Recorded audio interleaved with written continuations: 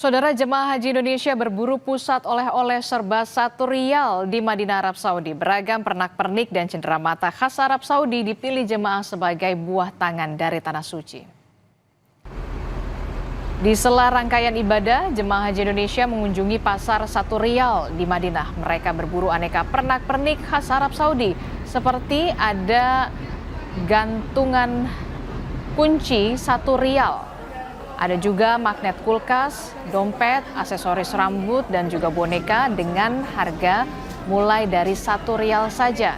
Di sini jemaah juga bisa menemukan ada aneka coklat dan kacang-kacangan yang bisa dijadikan oleh-oleh sepulang berhaji.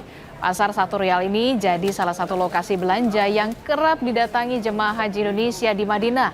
Selain harganya yang terjangkau, banyaknya ragam barang pilihan oleh-oleh membuat jemaah selalu tertarik untuk datang ke tempat ini. Ini cari oleh-oleh buat cucu, ya buat anak mantu. Memang udah tahu Bu ada toko Rp1 ini? Ini baru dari teman-teman. Dapat informasi dari teman-teman. Dari teman-teman yang sudah kesini, terus ini tadi nyoba kesini berdua gitu. Alhamdulillah ketemu di sini. Iya. Terus gimana Bu? Harganya beneran Rp1? Benar Rp1. Kemarin kita udah belanja di sini.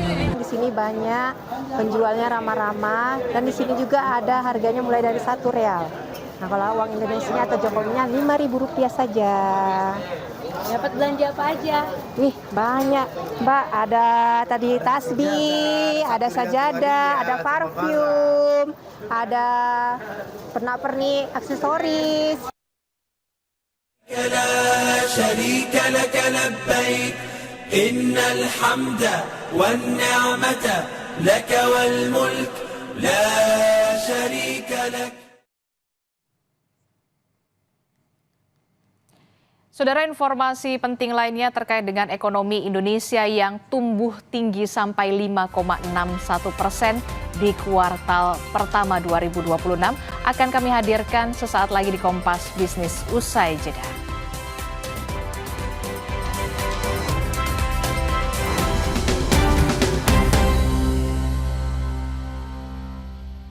Gue juga gak suka sama film horor.